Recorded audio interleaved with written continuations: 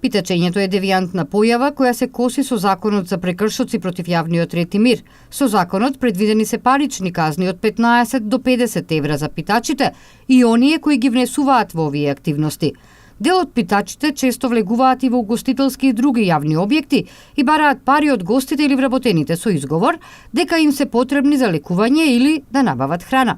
Родителите пак, кои најчесто директно влијаат врз своите деца во питачење или на било каков друг начин ќе ги запуштат и ќе ја занемерат грижата за нив, се соочуваат со кривична одговорност. Согласно законските одредби можат да добијат и затворска казна. Децата по цел ден се оставаат на јавни површини, тротоари, клупи и на други места, недоволно облечени и гладни.